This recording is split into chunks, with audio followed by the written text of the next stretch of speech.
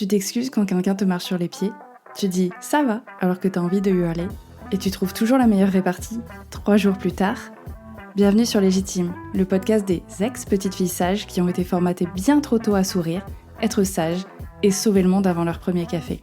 Ici, on démonte les injonctions, on balance des non fermes mais respectueux, et on réapprend à prendre sa place. Pas en criant plus fort que tout le monde, juste en arrêtant d'être silencieuse. Moi c'est Clémentine, je suis coach en affirmation de soi, et si t'en as marre de te plier en quatre pour mériter 3 minutes de reconnaissance, retrouve-moi chaque semaine dans tes oreilles pour te partager des punchlines, des clés concrètes et des réflexions sans filtre pour t'aider à reprendre ta place. Et promis, je vais te prouver que poser tes limites, ça ne te fera pas perdre ton empathie, ni tous tes amis. Bonne écoute. Cette semaine, j'ai reçu un commentaire sous une de mes vidéos Insta, et je vais te le lire parce qu'il résume à lui seul un mécanisme que je vois partout chez mes clientes et que j'ai eu aussi pendant un bon moment. Donc elle m'écrit « J'ai pas eu une enfance difficile. Matériellement, on était privilégiés. Mon père y rentrait des gros salaires. » Bon, ok, cool. C'est une bonne chose. Et elle continue, elle enchaîne direct. Mais ma mère était émotionnellement instable. Elle me rabaissait tout le temps. Elle pétait des plombs en hurlant pendant des heures parfois. J'ai eu des claques et des fessées, mais c'est pas ça qui m'a le plus marqué. Ce qui m'a marqué, c'est que ma mère n'a jamais été un repère safe pour moi. Elle a été une menace toute ma vie. Et elle terminait en disant qu'elle parlait plus à sa mère depuis quelques mois. Bon. Et en fait, en lisant ce commentaire, je me suis dit, mais qu'est-ce qui s'est passé ? Qu'est-ce qui s'est passé dans notre monde, là, dans notre société, pour qu'on puisse écrire dans un message « J'ai pas eu une enfance difficile parce que mon père ramenait un gros salaire ». Et donc, le fait que ma mère était une menace, c'est fort comme mot, hein. Une menace. C'est dangereux, hein, quand on entend le mot menace, je sais pas toi, mais moi ça me crispe déjà un petit peu, parce que je suis là genre, attention, il va falloir se méfier. Hein.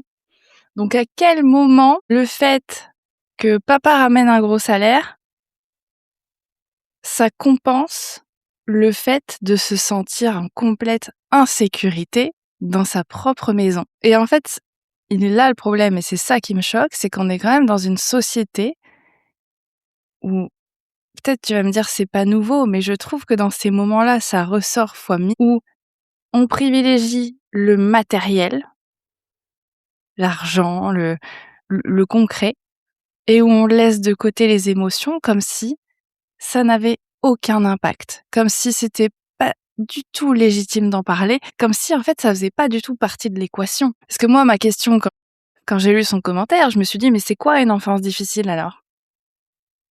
C'est quoi ? C'est quoi les critères pour pouvoir dire j'ai eu une enfance difficile ? Parce que on remarque, hein, elle m'a pas dit j'ai eu une enfance facile, ni j'ai eu une enfance désagréable. Elle m'a dit j'ai pas eu une enfance difficile. Donc qu'est-ce qu'il faut ? C'est quoi les cases à cocher pour se dire ouais quand même c'était pas ouf. Et alors attention, hein, évidemment, tout n'est pas tout noir ou tout blanc, et j'en reparlerai. Mais ça me pose quand même question. C'est quoi une enfance difficile ? Et finalement, quand on y réfléchit, les premières réponses qui viennent, et parce que j'ai eu ces réponses-là moi aussi, parce que j'ai été dans ce cas-là de me dire je peux clairement pas me plaindre parce que je fais quand même partie des enfants privilégiés où j'ai pu faire les études que je voulais, j'ai pu faire les activités que je voulais parce qu'il y avait du soutien, et notamment financier, de la part de mes parents. Mais pas que financier, mais ils ont pu soutenir tout ça. Et donc, je m'arrêtais à ça. Et moi, adulte, quand on me parlait de l'enfance ou quoi que ce soit, pour moi, j'avais pas eu une enfance difficile, bien évidemment. J'ai tout eu. Sur le papier, j'ai tout eu. Parce que oui, j'avais un toit sur la tête, parce que oui, j'avais de la nourriture, parce que oui, j'ai pu faire des études, oui, j'ai pu partir en voyage. Donc oui, bien sûr que j'étais privilégiée de côté matériellement, il y a aucun sujet. Et pour moi, ça s'arrêtait là. Sauf que rien que par ce message laissé sur Insta, on voit bien que c'est pas aussi simple que ça. Parce que avoir un toit sur la tête et de la nourriture dans ton assiette, ok, c'est super, et on est bien d'accord que tout le monde ne peut même pas avoir ça. Mais j'ai quand même envie de rappeler que c'est la base, et que c'est même la loi pour un parent d'apporter ça à son enfant, hein. C'est la loi, c'est parce que c'est le minimum vital, en fait, hein. Tu amènes un être humain sur cette terre, c'est la base de répondre à ses besoins vitaux. Déjà, mais OK, passons cette base-là. OK, t'as un toit sur la tête, t'as de la nourriture dans ton assiette, mais qu'à côté de ça, t'as un parent qui est complètement instable, un parent qui se met à crier, longtemps sur toi, un parent qui te rabaisse, un parent qui te menace, un parent qui, est tellement imprévisible que tu ne fais que marcher sur des œufs et observer comment elle se comporte, comment il respire, comment sont ses yeux, est-ce qu'il va péter un câble ou pas? Bah non, c'est pas safe. Et c'est pas parce qu'il y aura gros salaire, gros voyage que ça viendra compenser ton insécurité intérieure. Parce qu'OK, tu pars en voyage. Le comportement du parent, il part pas en vacances pour le coup, hein. Peut-être il s'apaise un petit peu quand il est en vacances. Mais toi, ton insécurité et ton hypervigilance de est-ce que papa ou maman va péter un câble, c'est toujours là, hein, ça fait pas de pause. T'as toujours ce petit truc de on sait jamais. Et limite, j'ai envie de dire, c'est pire quand tu pars en vacances parce que si le parent se détend, là, tu commences à peut-être à lâcher du mou, hein. Peut-être que ça va aller mieux, peut-être que et quand tu rentres, ça fait d'autant plus mal. Quand il recommence à péter des câbles parce que le stress du quotidien, etc. Et là, ça renforce encore plus de merde. Faut que je sois encore plus vigilante.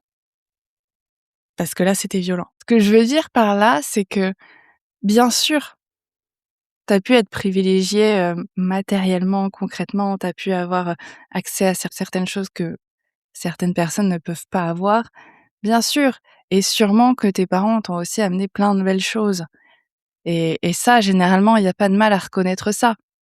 Et encore une fois, la preuve, c'est ce qui ressort en premier.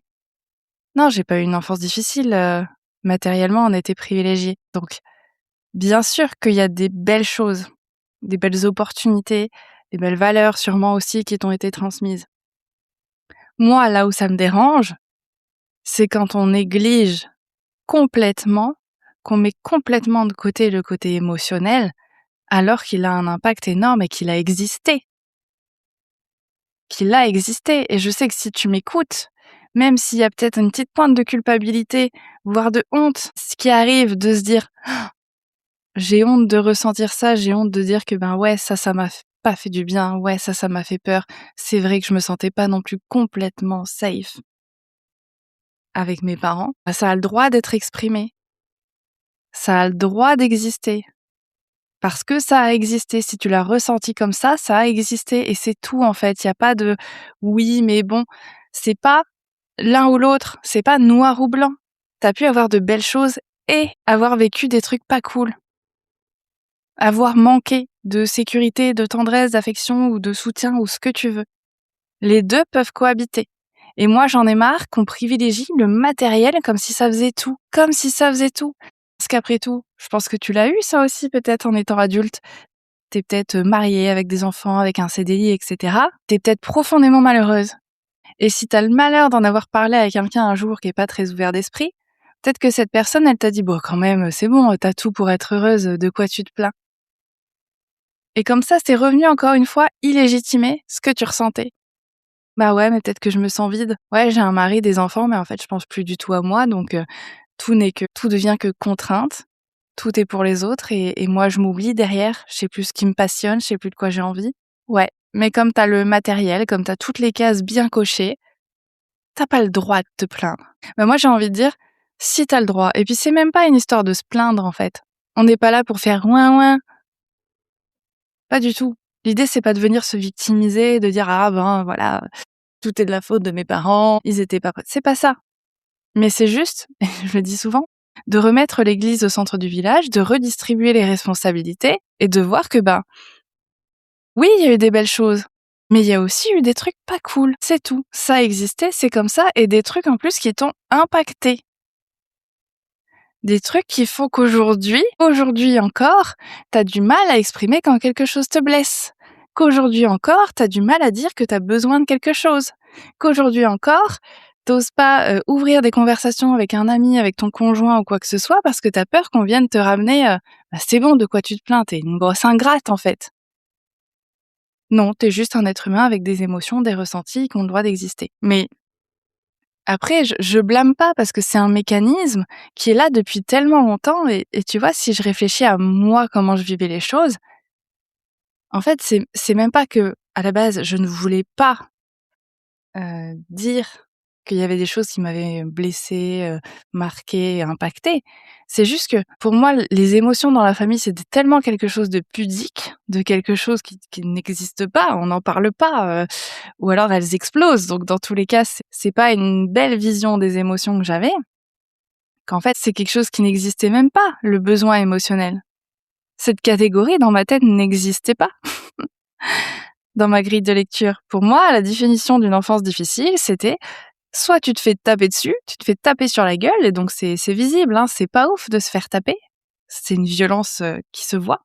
Soit en fait t'es sous un pont, ou t'as pas de quoi te nourrir, t'as pas de quoi te chauffer, ouais, ça c'est pas cool. Ça c'est vraiment pas cool. Pour moi, une enfance difficile, c'était avoir des parents, voilà, violents, ou d'être sous un pont, quoi. Sauf que je ne prenais pas en compte qu'il pouvait y avoir de la violence ou des manquements ou de la négligence, et qui pouvaient être émotionnels. Et ce qui est assez fou, c'est que ça crée du coup un peu un malaise quand même, parce que même si j'arrivais pas à nommer, à comprendre, etc., il y avait bien une dissonance.